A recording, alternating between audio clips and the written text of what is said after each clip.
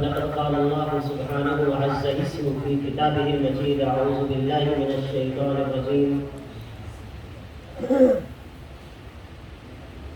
وقال الرسول يا رب إن قومي اتخذوا هذا القرآن مهجورا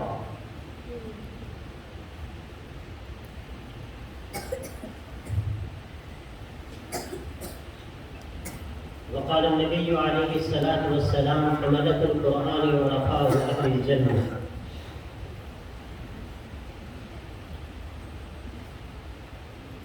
داعش پر تشریف فرما حضرات علماء کرام، حاضرین مجلس اور ہماری پیاری بہنوں اور بچیوں،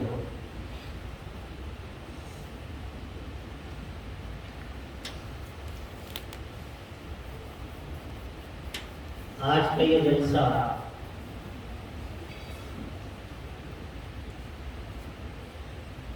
جو قرآن مجید کی عظمت پر ہے، قرآن مجید کی اہمیت پر ہے اور قرآن مجید کی معنویت پر ہے، یہ نہایت عظیم الشان اجلاس ہے۔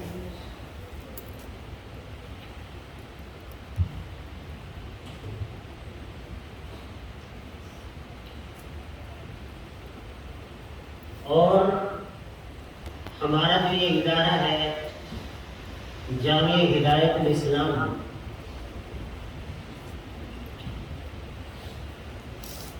اس کا جو جائے وقوع ہے چاروں طرف پہاڑیاں ہیں، بیچ میں وادی ہے اور اس وادی میں یہ اس مدرسے کی عمارتیں ہیں، تعمیرات ہیں۔ یہ خود چھوٹے سے پیمانے پر، چھوٹے سے منظرنامے میں وادی مکہ کی یاد دلاتا ہے۔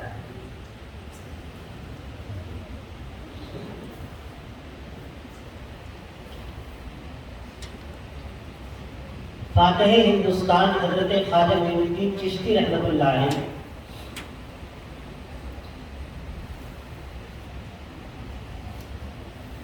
وہ جب ہندوستان تشریف لائے تھے تو بہت ساری جگہ سے گزرے تھے، وہ بہت ساری جگہ تھی جہاں سے وہ گزرے، جہاں انہوں نے قیام کیا، کرے اقامت کی، شب و روز بسر کیے، لیکن جا کر کے انہوں نے اپنے دعوتی مقاصد کو بروئے کار لانے کے لیے جس جگہ کا انتخاب کیا وہ اجمیر ہے۔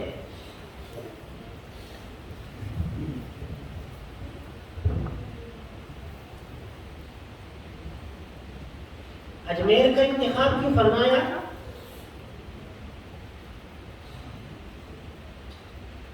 اس لیے کہ اجمیر کو مشابہت ہے کسی درجے میں، بس مشابہت ہی ہے، مکے کی وادیوں سے اور چاروں طرف کعبۃ اللہ کے جو پہاڑی سلسلہ ہے اس سے۔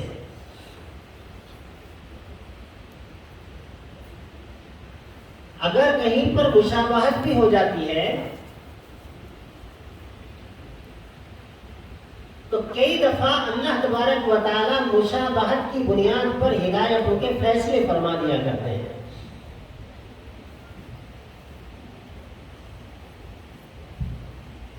حضرت موسیٰ علیہ السلام کے سامنے فرعون نے جن جادوگروں کو کھڑا کیا تو وہ اپنے زمانے کے دیوہے کر جادوگر تھے۔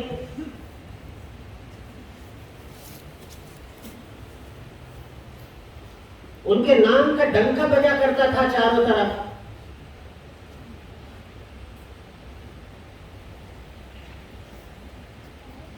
ان میں سے بعض لوگوں کو یہ احساس تھا کہ ہمارے سامنے ہو سکتا ہے یہ سچ مچ اللہ کے نبی ہوں، اور اگر حضرت موسیٰ علیہ السلام اللہ کے نبی ہوئے ان کے سوچنے کے اعتبار سے، تو ہماری ہلاکت اور ہماری موت یقینی ہے۔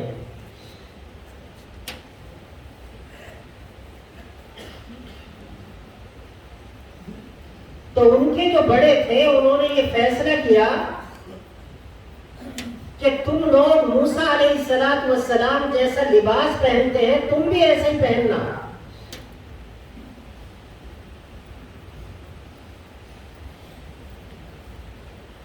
تو اس کی وجہ سے یہ ہوگا کہ اگر تم گمراہی پر بھی ہوئے، تم ہدایت پر نہ ہوئے، تو کیا بعید ہے اللہ تبارک و تعالیٰ کو تمہاری ڈریس، تمہارا لباس جو مشابہت رکھتا ہے حضرت موسیٰ علیہ السلام سے، اس کی بنیاد پر وہ معاف کر دے اللہ تعالیٰ.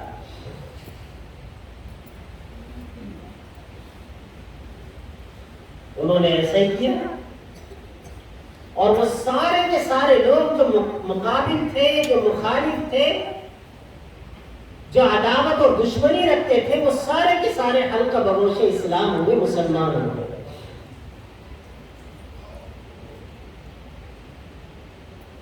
تو آپ کا یہ ادارہ،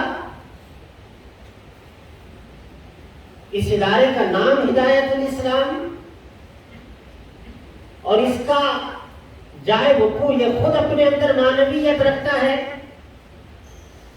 تو قابل مبارکباد ہے یہاں کے ذمہ دار قاری معین الدین صاحب، اساتذہ، طلبہ اور آس پاس رہنے والے، اور وہ سارے کے سارے لوگ جو یہاں آتے ہیں، تعاون کرتے ہیں یا اجلاس میں شرکت کرتے ہیں، وہ سارے کے سارے لوگ قابل مبارکباد ہیں.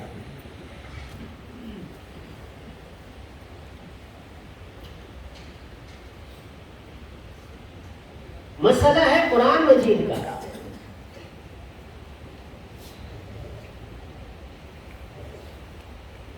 قرآن مجید کی دو حیثیتیں ہیں.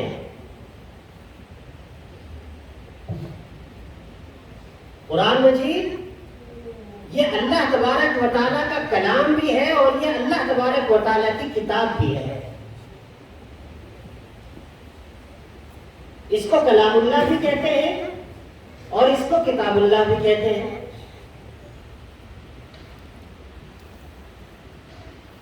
کتب سماویہ، تورات ہے، زبور ہے، انجیل ہے، یہ تینوں کی تینوں کتابیں کتاب اللہ ہے، کلام اللہ نہیں ہے.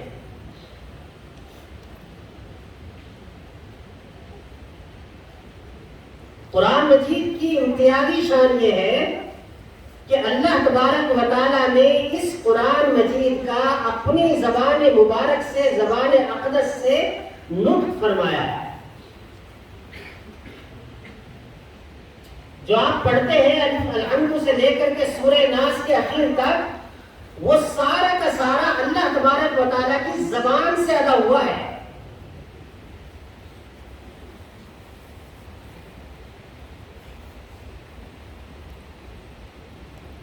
اور یہ صرف خاصہ ہے قرآن مجید کا، باقی کسی کتاب کا یہ خاصہ نہیں ہے.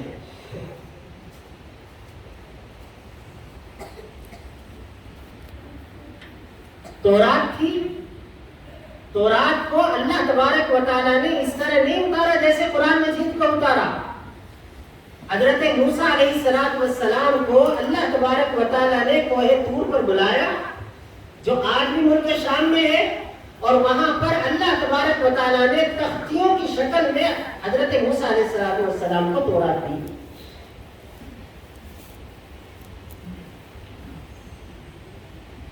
حضرت عیسیٰ علیہ السلام کو انجیل بخشی اللہ تعالیٰ نے، تو انجیل کو بھی اس طرح نہیں اتارا جس طرح اللہ تعالیٰ نے قرآن مجید کو اتارا ہے.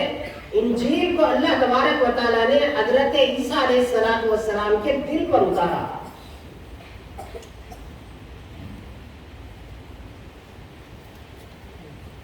یہ تو صرف قرآن مجید کا خاصہ ہے کہ قرآن مجید کو اللہ تبارک و تعالیٰ نے جیسی ضرورت ہوتی رہی، اللہ تبارک و تعالیٰ فرشتوں کے جم غفیر کے ساتھ آسمان سے 70,000 فرشتے آتے تھے، اور وہ قرآن مجید کی آیتوں کو لے کر کے آتے، ساتھ میں حضرت جبرائیل علیہ السلام ہوتے، اور اللہ تبارک و تعالیٰ کو سونپ جاتے.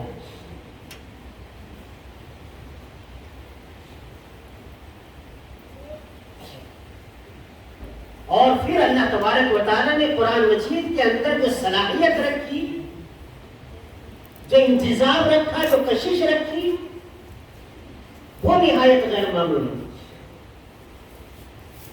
حضرت عمر فاروق رضی اللہ تعالیٰ عنہ نے فرمایا ان اللہ یرفع بهذا الكتاب اقواما ویضع به آخرین.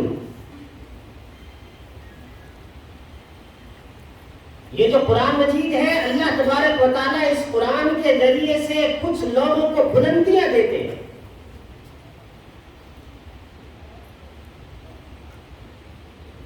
وہ زوال کا شکار ہوتے ہیں، اللہ تعالیٰ ان کو عروج کی طرف لے جاتے ہیں. وَيَذَرُ بِهِ آخَرِينَ، اور دوسرے کچھ لوگ ہوتے ہیں جو قرآن مجید کی ناقدری کرتے ہیں، قرآن مجید کے پڑھنے والوں کی ناقدری کرتے ہیں، قرآن مجید کے پڑھانے والوں کی ناقدری کرتے ہیں، اور جہاں قرآن مجید پڑھایا جا رہا ہوتا ہے اس کو حقارت کی نگاہ سے دیکھتے ہیں. تو اللہ تبارک و تعالیٰ ان کو بلندیوں سے اٹھاتے ہیں اور نیچے پھینک دیتے ہیں. وَيَذَرُ بِهِ آخَرِينَ.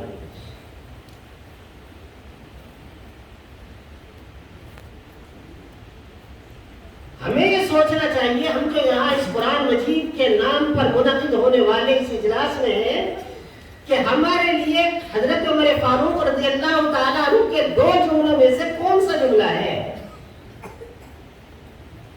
قرآن مجید کے ذریعے سے اللہ تبارک و تعالیٰ بلندی دے رہے ہیں، یا قرآن مجید کی ناقدری کی وجہ سے اللہ تبارک و تعالیٰ بلندیوں سے اٹھا کر کے نیچے پھینک رہے ہیں؟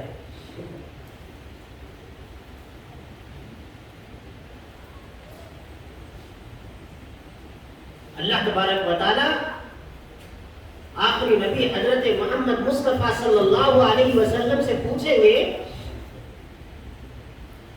کہ امت محمدیہ کے زوال کے، ان کی پستی کے، ان کی ناکامی کے، ان کی بیمائگی اور شکستگی کے اسباب کیا ہیں؟ اللہ کو تو سب معلوم ہے، لیکن اتمام حجت کے لیے اللہ تعالیٰ پوچھیں گے.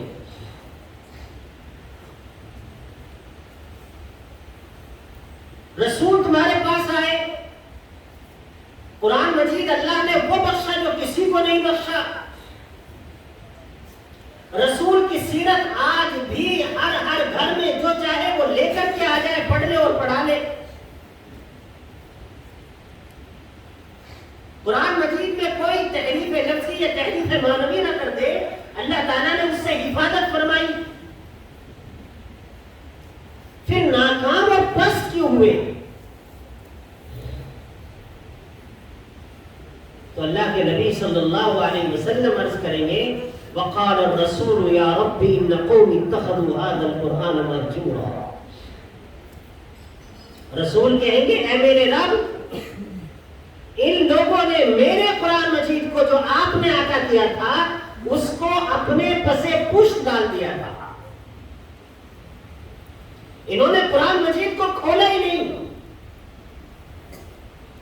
انہوں نے دیکھا ہی نہیں کہ اللہ تبارک و تعالیٰ نے جو پیغام آسمان سے اس زمین پر اتارا ہے اس پیغام میں اللہ نے فرمایا کیا ہے.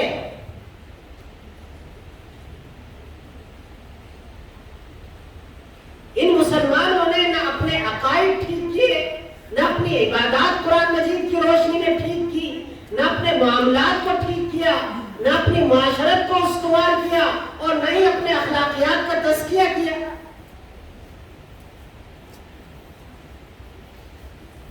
وقال الرسول یا رب ان قوم اتخذوا هذا القرآن مهجورا.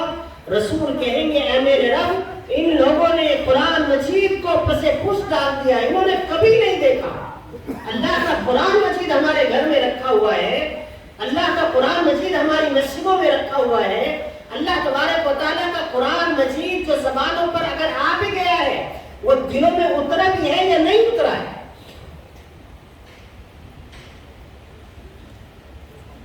کسی نے فکر ہی نہیں کی. اور قرآن مجید کی شان تو یہ ہے میرے بزرگوں، ابھی ہمارے مولانا اندلس کا واقعہ سنا رہے تھے.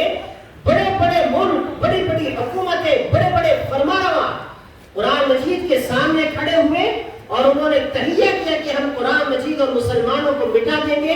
آج وہ خود صفحہ ہستی سے نابود ہو گئے، قرآن مجید آج بھی وہاں پر موجود ہے.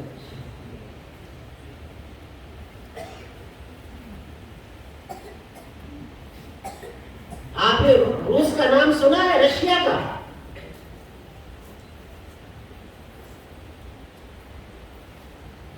رشیا میں حکومت ہوئی 1917 سے شروع ہوئی اور 1917 سے لے کر کے تقریباً 1990 تک چلی ہوئی.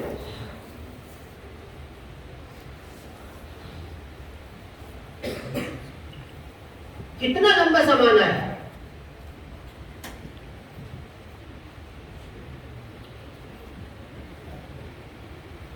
اور انہوں نے اس بات کا اعلان کیا تھا کمیونزم حکومت نے کہ ہم مسجدوں میں اذان نہیں ہونے دیں گے, ہم مسجدوں میں نماز نہیں پڑھنے دیں گے, ہم مدرسے نہیں قائم ہونے دیں گے, ہم قرآن مجید کے حلقوں کو نہیں لگنے دیں گے, ہم قرآن مجید کی چھپائی کا, چھاپنے کا کام, شائع کرنے کا کام روک دیں گے. غرض کوئی بھی ایسا کام جو اسلام کی نمائندگی کرتا ہو ہم اپنے ملک میں اس کی اجازت نہیں دے سکتے.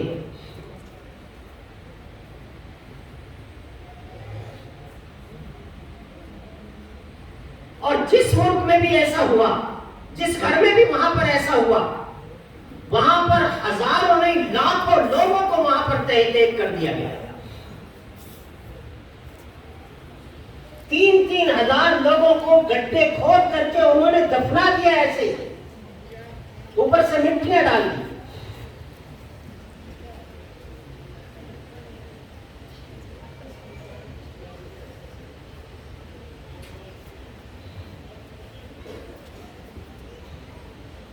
لیکن وہاں پر اس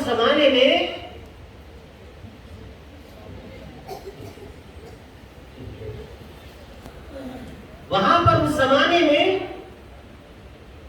افغانستان کے ایک انجینئرنگ کرنے کے لیے آدمی گئے تھے, وہ پٹھان آدمی تھے.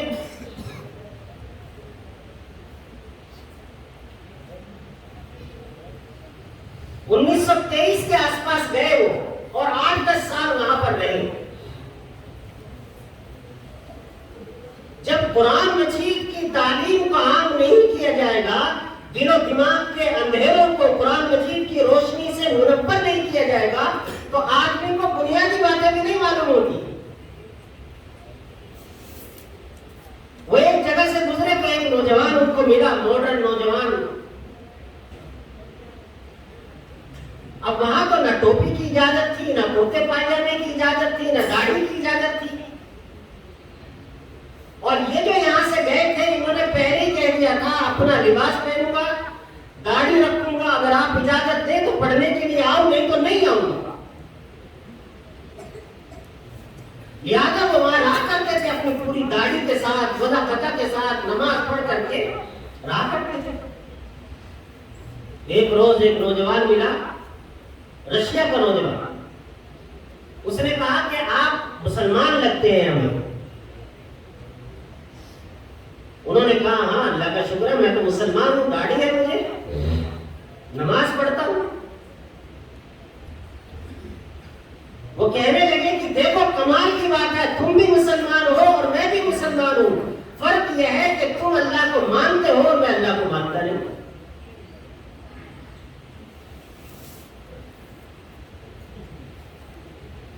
تم بھی مسلمان ہو اور میں بھی مسلمان ہوں, فرق یہ ہے تم اللہ کو مانتے ہو اور میں اللہ کو نہیں مانتا. یعنی اس بیچارے کو چونکہ قرآن مجید کے چھاپے خانوں کو بند کر دیا گیا تھا, مسجدوں کو بند کر دیا گیا تھا, ممبروں میں تالے لگا دیے گئے تھے, اس غریب کو یہ بھی نہیں پتا چلا کہ جو آدمی اللہ کو نہیں مانتا وہ مسلمان ہو کیسے سکتا ہے. اسے یہ پتہ ہی نہیں تھا. انہوں نے اپنا دوسرا واقعہ لکھا ہے کہ میں ایک دکان سے سامان لینے جاتا تھا, تو میں تو اپنے لباس میں جاتا تھا, وہ دکاندار مجھے دیکھا کرتا تھا اور سامان تھوڑا لیٹ دیتا تھا. دوسرے لوگ آتے اور آ کر کے وہ سامان ان کو دیتا رہتا, میں کھڑا رہتا. کئی دفعہ بڑا عجیب سا بھی لگتا ہے. ایک روز جھنجھلا گیا تو میں نے کہا کہ کیا بات ہے جناب, پیسے تو میں بھی دیتا ہوں نا, مانگنے کے لیے تھوڑا ہی نہیں آتا,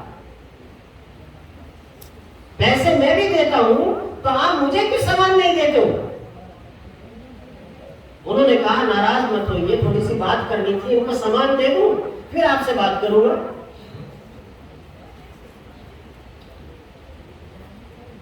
سب کو سامان دے دیا، انہوں نے کہا کہ آپ مسلمان لگتے ہیں؟ کہنے لگے ہاں اللہ کا شکر ہے مسلمان ہوں۔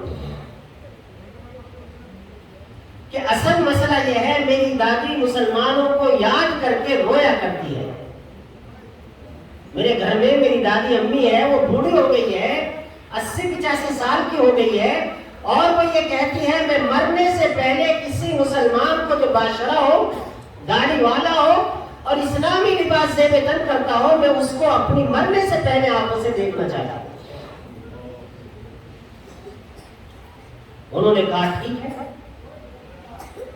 پھر انہوں نے پوچھا آپ کے پاس قرآن مجید ہے؟ اب وہاں کے لوگ تو قرآن مجید دیکھ نہیں سکتے تھے، منع تھا سرکاری طور پر۔ انہوں نے کہا ہاں قرآن مجید بھی ہے، کہ تو آپ چلے جائیے واپس، قرآن مجید کو لے کر کے آئیے، میں آگے جاؤں گا، آپ میرے پیچھے پیچھے چلیے گا۔ اگر مجھے کہیں لگے گا کہ کوئی سرکاری جاسوس ہمارا پیچھا کر رہا ہے تو میں پیشاب کرنے کے بہانے بیٹھ جاؤں گا اور تم سیدھے چلے جانا، رکنا نہیں میرے پاس، ورنہ ہمارے گھر پر آفت آ جائے گی۔ انہوں نے کہا ٹھیک ہے چلیں گے، جو ہوگا دیکھا جائے گا۔ چلے گئے، وہ ان کو باغ میں لے کر کے گیا، اپنے بابادی میں نہیں لے کے گیا کبھی کوئی مخبری کر دے۔ باغ میں لے کر کے گیا تو ایک بوڑھی عورت بیچاری، اس نے دیکھا کہ ایک نوجوان بچہ آ رہا ہے، اس کے چہرے پر داڑھی ہے، اس کی پیشانی پر نماز کا نور ہے، وہ دیکھ کر کے کھڑی ہو گئی اور خود ہی اس کو کبھی اس بچے کی طرف ہاتھ کرتی، پھر خود ہی چومنے لگتی۔ اس نے کہا میرے بیٹے، میرے جو دادا جی تھے، میرے دادا جی ایک مفسر قرآن تھے، قرآن کی تفسیر کیا کرتے تھے۔ میرے جو والد صاحب تھے وہ حدیث شریف کے بہت بڑے استاد تھے، شیخ الحدیث تھے، لیکن ہمارے یہاں آفت آ گئی، ہم تو قرآن مجید کے دیکھنے کو ترس گئے۔ میں چپ کے تہہ خانے میں جا کے نماز پڑھتی تھی، اور میری آخری تمنا یہ تھی کہ مرنے سے پہلے ایک بار قرآن مجید کو اپنی نگاہ سے دیکھ لوں، پھر مجھے اطمینان ہو جائے گا کہ جنت میں جاؤں۔ قرآن لائے ہوں، انہوں نے پاکٹ سائز قرآن تھا، اور ان کو دکھایا، دیا ان کو، وہ بچوں کی طرح رونے لگی بوڑھی ہو رہا۔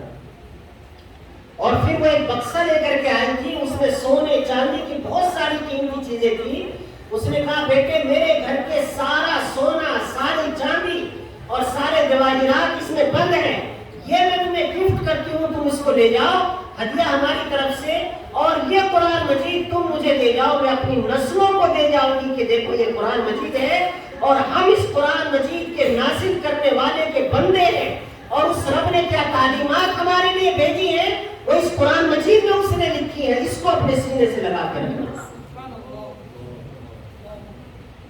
وہ انجینئرنگ کرنے گئے تھے، انہوں نے لکھا کہ میں اپنی آنکھوں پر ضبط نہیں کر سکا اور میں رونے لگا۔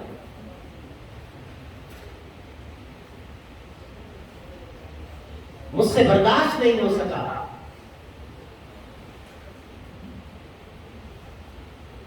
ہماری زمانے میں سب سے بڑی جو ضرورت ہے، مکان ہماری ضرورت ہے، بزنس ہماری ضرورت ہے، ہزاروں ضرورتیں ہوں گی، لیکن ہمیں اپنے ایمان کی فکر کے ساتھ ساتھ ہماری جو نسل ہے، جس ماحول میں ہم رہ رہے ہیں، اس نسل کے اندر ایمان کو باقی رکھنا، اپنے بچوں کے دل و دماغ میں اسلامی عقیدت کو پیوست کرنا، اور ان کو یہ تاکید کر کے جانا کہ ہم مسلمان ہیں اور اسلام اس کائنات کی سب سے بڑی دولت ہے، اور یہ دولت تمہارے ہاتھ سے جاری نہیں چاہیے۔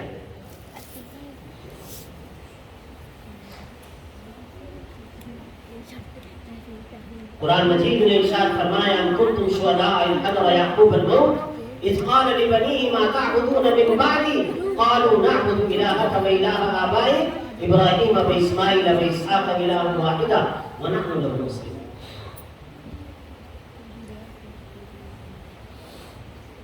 اللہ تعالیٰ فرماتے ہیں ان کنتم شهداء، کیا تم وہاں موجود تھے؟ اذ حضر یعقوب الموت، جبکہ یعقوب علیہ السلام کے پاس موت آئی، جب موت کا فرشتہ آیا اور اس نے کہا کہ آپ کی زندگی کا سفر یہاں پر مکمل ہوتا ہے، دنیاوی زندگی کا خاتمہ ہوتا ہے اور میں آپ کی جان لینے کے لیے آ گیا ہوں. آپ نبی ہیں, اللہ کے فرستادہ ہیں آپ. تو حضرت یعقوب علیہ السلام نے اپنے اولاد کو اکٹھا کیا اور یہ بھی فرمایا کہ تم کاروبار کیسے کرنا, تم کھانا پینا کیسے کرنا, تم رات میں کیسے سونا اور دن میں کیسے اٹھنا, یہ سب بھی ضرورت ہے. لیکن سب سے بڑی ضرورت ایک نبی کی نگاہ میں جو ہے وہ یہ ہے ام کنتم شہداء اذ حضر یعقوب الموت. تمہیں یاد ہے جب یعقوب علیہ السلام کے پاس موت کا فرشتہ آیا اور انہوں نے اپنی سب اولادوں کو اکٹھا کیا اور انہوں نے کہا ما تعبدون من بعدی, میرے بچوں مجھے یہ بتاؤ کہ میرے مرنے کے بعد تم عبادت کس کی کرو گے؟ مجھے اس کی فکر نہیں ہے تم کیا کھاؤ گے, تم کیا کماؤ گے, تم کہاں پر مائگریٹ ہو کر چلے جاؤ گے, وہ کرتے رہنا. لیکن میں نبی ہوں اور اللہ تعالیٰ نے نبی بنانے کے بعد جو سب سے بڑی دولت اور سرمایہ مجھے دیا ہے وہ یہ ہے کہ اللہ تبارک و تعالیٰ کی عبادت کی جائے, اللہ کو اللہ مانا جائے, اللہ کی رزاقیت اور سمدانیت کا برملا اعتراف کیا جائے, اور یہ دولت ماں باپ نہ صرف اپنے سینوں میں رکھے بلکہ اپنی اولاد کے سینوں میں بھی منتقل کر کے جائے مرنے سے پہلے.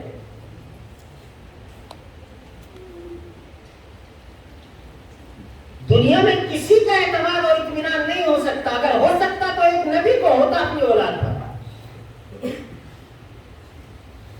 آپ نے کبھی اپنے بیٹوں کی طرف سے نگاہ کر کے دیکھا ہے اس کے ایمان کی کیا حالت ہے, اس کے عقیدے کی کیا حالت ہے؟ یہ اللہ کا نام جب لیتا ہے تو اللہ کے نام میں انابت کے ترشحات اور انابت کا اظہار ہوتا ہے یا نہیں ہوتا؟ بندگی کا اظہار ہوتا ہے یا نہیں ہوتا؟ یہ اللہ کا جب نام لیتا ہے تو اپنی بندگی کے کالم میں ڈل جاتا ہے یا نہیں ڈل جاتا؟ کبھی اپنی اولاد کو دیکھا ہے؟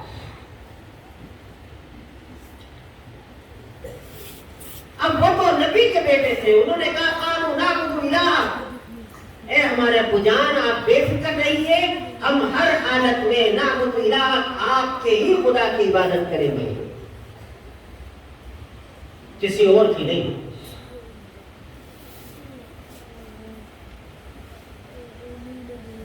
اب آپ دیکھو 1917 سے لے کر کے تقریباً 1989 اور 90 تک وہاں پر مسجدوں میں اذان نہیں ہوئی, مسجدوں میں نماز نہیں ہوئی, مدرسے نہیں کھولے گئے, کوئی امام نہیں, کوئی عالم نہیں, کوئی مفتی نہیں. اور 1990 میں جب سوویت یونین کا شیرازہ بکھر گیا, وہ ٹوٹ گیا, تو وہاں پر سعودی عرب کے ایک بہت بڑے عالم ہیں, باحیات ہیں, شیخ عبداللہ بصر, دنیا کے ٹاپ 10 حفاظ میں سے ایک ہیں. پوری دنیا میں 10 بڑے جو حافظ ہیں ان میں سے ایک ہے شیخ عبداللہ بصر. وہ سنا رہے تھے اس واقعے کو اپنی زبان سے ہی کہ جب وہاں پر روس ٹوٹ گیا اور یہ ہوا نہیں اب مسجدیں بھی کھول دی جائیں گی, اب قرآن مجید بھی چھاپنے کی اجازت ہے, اب مکاتب کے حلقے بھی قائم کیے جا سکتے ہیں, اب درسگاہوں کے تالے بھی کھولے جا سکتے ہیں, پھر سے اللہ اور اس کے رسول صلی اللہ علیہ وسلم کی ثنائیں بلند کی جا سکتی ہیں. تو ہم لوگوں نے مشورہ کیا. وہ شعبہ تحقیق قرآن کے صدر بھی ہیں پوری دنیا میں سعودی حکومت کی طرف سے. تو ان کو ہم نے مشورہ کیا اور ہم نے یہ کہا کہ ہم روس میں جائیں گے اور جا کر کے ہم وہاں پر 3 دن تک اعلان کرائیں گے جہاں جہاں تھوڑے تھوڑے کبھی مسلمان بستے تھے, اور وہاں پر لوگوں سے ہم کہیں گے جا کر کے کہ بھئی اگر تمہارے یہاں کوئی عالم تو اب نہیں ہوگا, اتنے سال گزر گئے, کوئی حافظ بھی نہیں ہوگا, کوئی مکمل ناظرہ پڑھنے والا بھی نہیں ہوگا, تمہارے یہاں اگر کوئی میاجی ٹائپ کا آدمی بھی ہو جو قاعدہ الف با تا سا پڑھا دے اور جو زبان وہاں کی ہوتی ہے وہ پڑھا دے وہ, تو ہم اس کو منہ مانگی قیمت دیں گے, بہترین مکان بنا کے دیں گے, لگژری گاڑی دیں گے, بس وہ جو بچے پڑھنے آئے ان کو بتانے لگے کہ اللہ یہ ہے, اور اس طرح قرآن مجید کے پڑھنے کی شروعات ہوتی ہے. الف با تا سے 9 یا 11 آدمیوں کا وقت گیا اور ان کا خیال تھا کہ کوئی نہیں آئے گا, ذہن میں یہ تھا شاید کوئی ایک آدھ بزرگ آدمی بوڑھا آدمی کھڑا ہوگا اور وہ بوڑھا آدمی یہ کہے گا کہ جناب میں ہوں الف با تا سا قاعدہ پڑھنے والا، یہ قرآن مجید کو ناظرہ پڑھنے والا میں ہوں، ایک آدھ کوئی ملے گا۔ 3 دن تک اعلان کیا گیا۔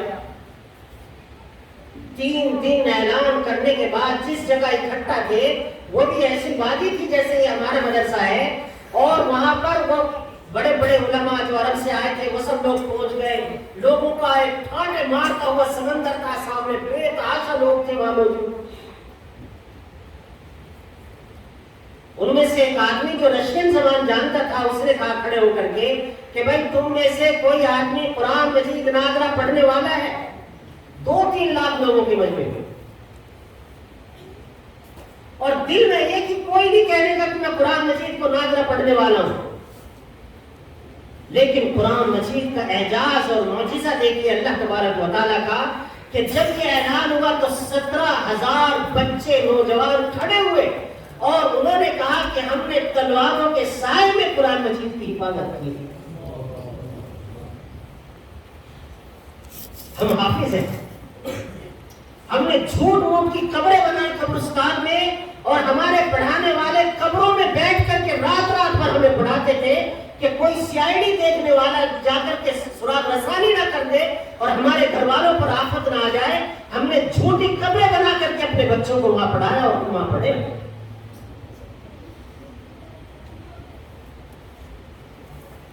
شیخ عبداللہ بسکر کہتے ہیں جب ہم نے یہ سنا تو گردن جھکا کر کے ہم بچوں کی طرح روتے رہے، اور پھر سے ایسے لگا جیسے قرآن مجید پر اور اللہ پر آج ایمان تازہ ہو گیا۔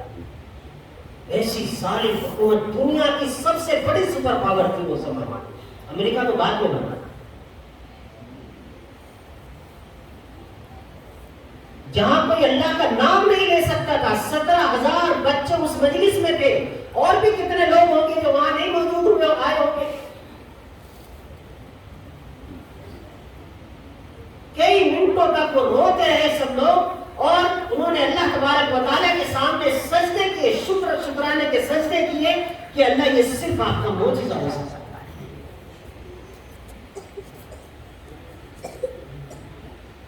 تو میرے بزرگوں، ہمیں فیصلہ یہ کرنا ہے کہ قرآن مجید سے ہمیں وابستہ رہنا ہے، نہ صرف ہمیں وابستہ رہنا ہے، جڑ کر کے رہنا ہے، بلکہ اپنی نسل کو اس سے وابستہ رکھنا ہے۔ آپ اپنے بچوں کو میڈیکل میں لے کر کے جائیں، آپ ان کو سائنس کے ڈپارٹمنٹ میں لے کر کے جائیں، جہاں آپ کو ماڈرن ایجوکیشن میں بڑے سے بڑے مواقع ملتے ہیں، آپ لے کر کے جائیں گے وہاں پر۔ لیکن اپنے بچے کے عقائد کی، قرآن مجید کی اور اردو کی اتنی تعلیم ضرور دلا دیجیے کہ وہ مسلمان بن کر کے زندہ رہنے کا اپنے آپ کو استحقاق ثابت کرے۔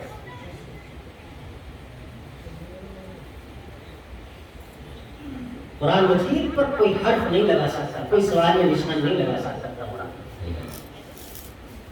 لوگ تو آتے ہیں، آتے پہلے بھی آتے تھے، آج بھی آ رہے ہیں، اشکال کرنے والے اور قرآن مجید اور مسلمانوں کے سامنے مصیبتیں کھڑے کرنے والے پہلے بھی تھے اور آج بھی ہیں اور آئندہ بھی ہوں گے۔ لیکن قرآن مجید کا اعجاز ہے کہ قرآن مجید ہر زمانے میں اپنی حقانیت کو ثابت کرتا ہے۔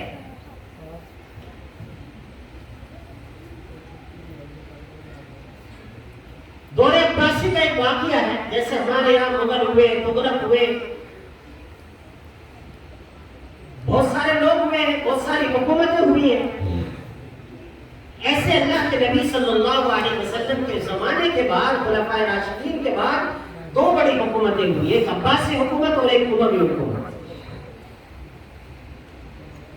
دور عباسی کا واقعہ ہے کہ اس زمانے میں ایک صاحب کھڑے ہوئے اور انہوں نے کہا کہ قرآن مجید میں کیا ہے، سب کچھ ہے تو ٹھیک، لیکن تکرار بہت ہے، ڈبل حضرت موسیٰ علیہ السلام کا ذکر ہے، 25-30 جگہ پر ذکر ہے، حضرت نوح علیہ السلام کا ذکر ہے، 5-7 دفعہ ذکر ہے، حضرت ادریس علیہ السلام کا ذکر ہے، کئی جگہ ذکر ہے۔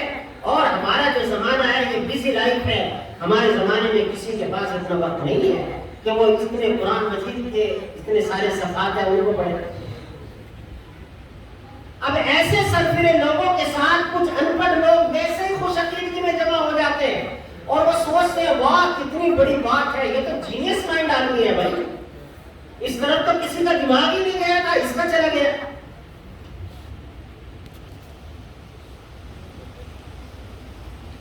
انہوں نے کہا، کچھ لوگوں نے واہ واہ کر دی، ان کو یقین آ گیا کہ واقعی میری بات تو بالکل ٹھیک ہے۔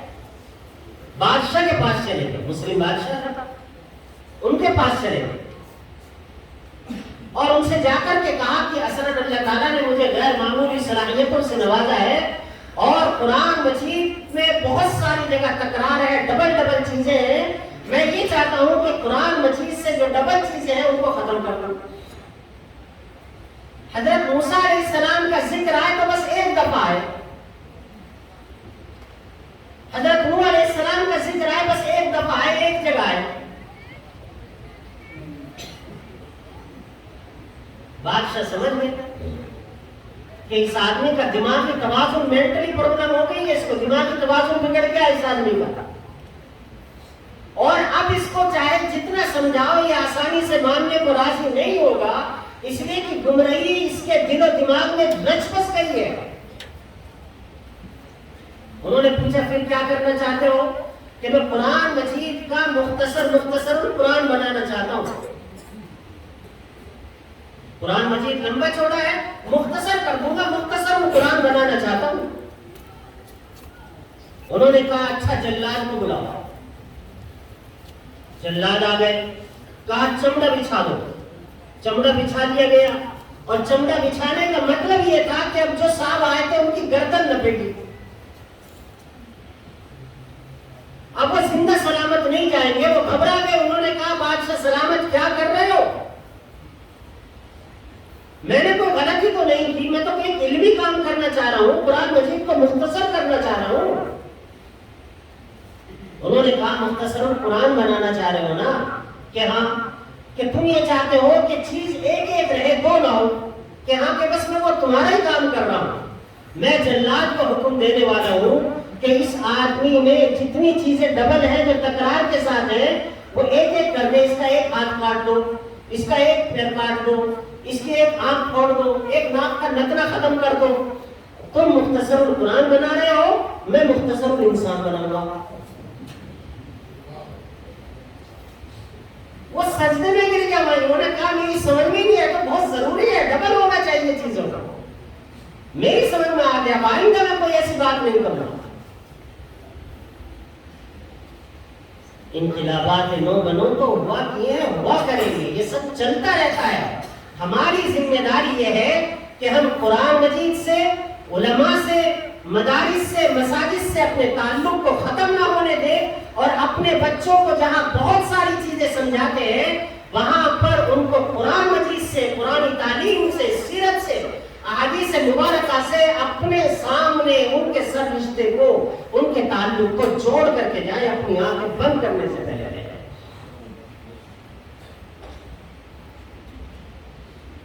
ہمارے یہاں عورتیں بھی ہیں، مجھے معلوم ہوا عورتیں بھی ہیں، تو چند باتیں میں اپنی بہنوں سے اور بچیوں سے کروں گا اور پھر اپنی بات ختم کرتا ہوں۔ قرآن مجید کی تعلیم میں مرد اور عورت کے اگر کوئی تقسیم ہے تو وہ انتظامی اعتبار سے ہے، ورنہ تو قرآن مجید کا اعلان ہے من عمل صالحا من ذکر او انثى وهو مؤمن فلنحيينه حياة طیبہ ولنجزینهم اجرهم باحسن ما كانوا يعملون۔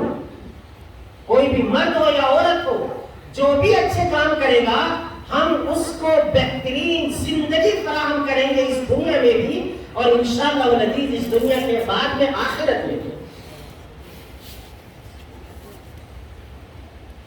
اور قرآن مجید سے تو ہماری ماں و بہنوں کا رشتہ ہم مردوں سے کہیں زیادہ اہم رہا ہے ایک زمانے میں۔ مردوں کی اپنی خدمات ہیں، لیکن ہماری بہنوں کی، عورتوں کی خدمات بھی کچھ کم نہیں ہے۔ قرآن مجید کو جب حضرت ابوبکر صدیق رضی اللہ تعالیٰ عنہ نے ایک جگہ جمع کرا لیا، ایک جگہ جمع کرنے کے بعد جب اس کو مدون کر دیا گیا تو پھر یہ ہوا اس کو رکھے کہاں پر قرآن مجید؟ تو کچھ لوگوں کا خیال تھا حضرت ابوبکر صدیق رضی اللہ تعالیٰ عنہ کے یہاں ہو سکتا ہے،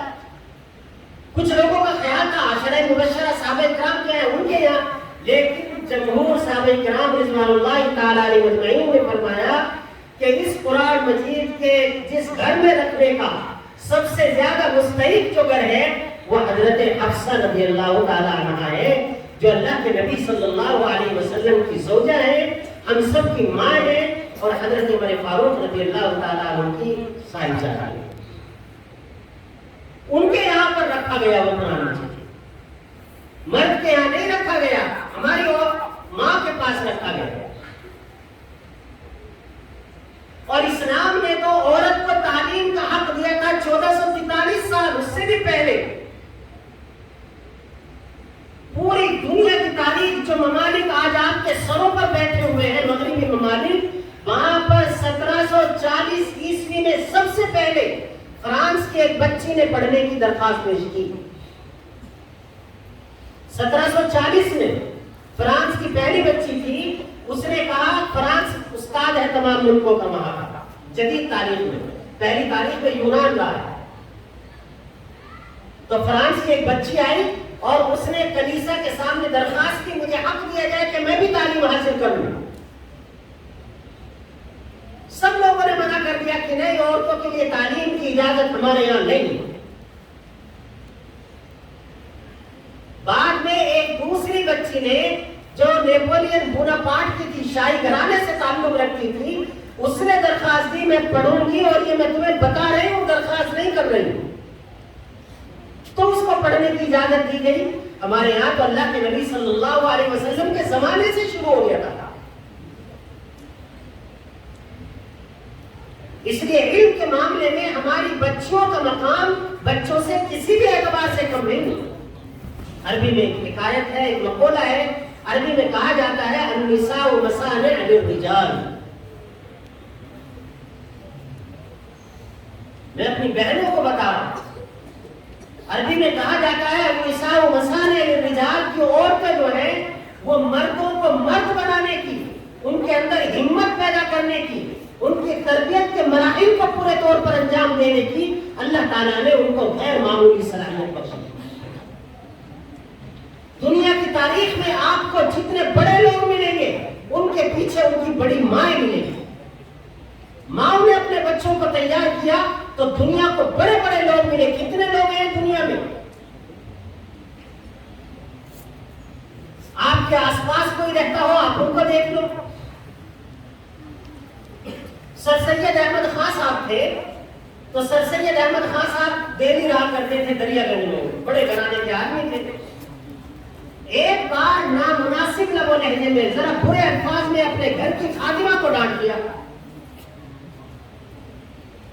برا بھلا کہہ دیا، مجھ سے ماں نے سن لیا، اور ماں کو لگ گیا کہ اگر آج اس سید کی طبیعت اس طرف چلی گئی، گالی گلوچ اس کے ذہن و دماغ میں رچ بس گیا، تو یہ ہمیشہ اسی طرف چلا جائے گا۔ لہذا ماں آئی، ان کا ہاتھ پکڑا اور ہاتھ پکڑ کر کے گھر سے باہر لے کر کے گئی اور ان سے کہا سید تم نے گالی دی ہے، جب تک اپنی اس نوکرانی سے معافی نہیں مانگو گے اور وہ مجھ سے آ کر کے نہیں کہے گی میں نے سید کو معاف کر دیا ہے، اس وقت تک تم گھر میں داخل نہیں ہو سکتے۔ نوکرانی سے معافی مانگو۔ وہ روتے ہوئے چلے گئے، پاس میں خالہ اپنی رہتی تھی، موسی رہتی تھی، مو سے سفارش کرنے کے لیے آئی، بچہ ہے، غلطی ہو گئی۔ وہ کہنے لگی نہیں بچہ نہیں ہے، جو کچھ ہوگا اسی عمر میں ہوگا، اگر آج اس کی تربیت ٹھیک ہوئی آئندہ ٹھیک رہے گا، اور اگر آج اس کے اندر کجی پیدا ہو گئی یہ ہمیشہ کجی پر رہے گا۔ تم آئی ہو تو جا کر کے سید کو سمجھاؤ کہ اس نوکرانی سے معافی مانگے، اور اتنی معافی مانگے کہ وہ مجھ سے یہ کہے کہ میں نے معاف کر دیا، تو ہی گھر میں آ سکتا ہے، ورنہ ایسے بچے کی ہمیں ضرورت ہی نہیں۔ معافی مانگے۔ بعد میں پوری علی گڑھ مسلم یونیورسٹی ان کی بنائی گئی۔ وہ کہتے ہیں، جاوید نامہ ان کی کتاب ہے، وہ کہتے ہیں جب کبھی مجھے کسی آدمی پر غصہ آیا اور میرے ذہن میں گالی گلوچ کے آثار سے پیدا ہونے لگے، تو فوراً مجھے ایسا لگتا تھا ماں کا انتقال ہو گیا تھا، لیکن تب بھی ایسا لگتا تھا کہ ماں میرے سامنے آ گئی اور آ کر کے کہہ رہی ہے سید زبان سے گالی مت نکالنے لگا، تو میں فوراً چپ جاتا۔ احمد شاہ ابدالی ہندوستان آیا، پانی پت کی جنگ ہوئی مرہٹوں کے ساتھ، اللہ تعالیٰ نے بڑی فتح بخشی، ان کو آج بھی لوگ یاد کرتے ہیں اور واہ واہ کرتے ہیں۔ جب وہ یہاں ہندوستان آیا ہوا تھا تو ان کے گھر میں ایک دفعہ ایسا ہوا کہ کسی نے جا کر کے اطلاع دی کہ احمد شاہ ابدالی جو ہندوستان گیا تھا وہاں پر وہ ہار گئے ہیں، اور ہار کر کے وہ اپنی جان بچانے کے لیے جا رہے تھے کہ پیچھے سے ان کو مار دیا گیا اور وہ مر گئے۔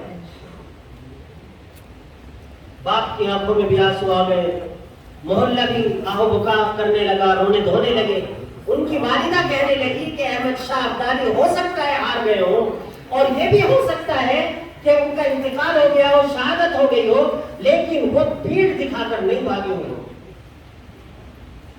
وہ موت سے ڈر کر کے نہیں بھاگے ہوں گے وہاں سے۔ عورتوں نے سنا اور انہوں نے کہا چونکہ ماں ہے، ممتا کی ماری بیچاری ایسا کہہ رہی ہے، دماغ صحیح طور پر کام نہیں کر رہا ہے ان کا، اس لیے ایسا سوچ رہی ہے۔ 12-15 دن بعد ہی پتہ چلا کہ اللہ تعالیٰ نے بہت بڑی فتح بخشی ہے اور احمد شاہ ابدالی واپس افغانستان جا رہے ہیں۔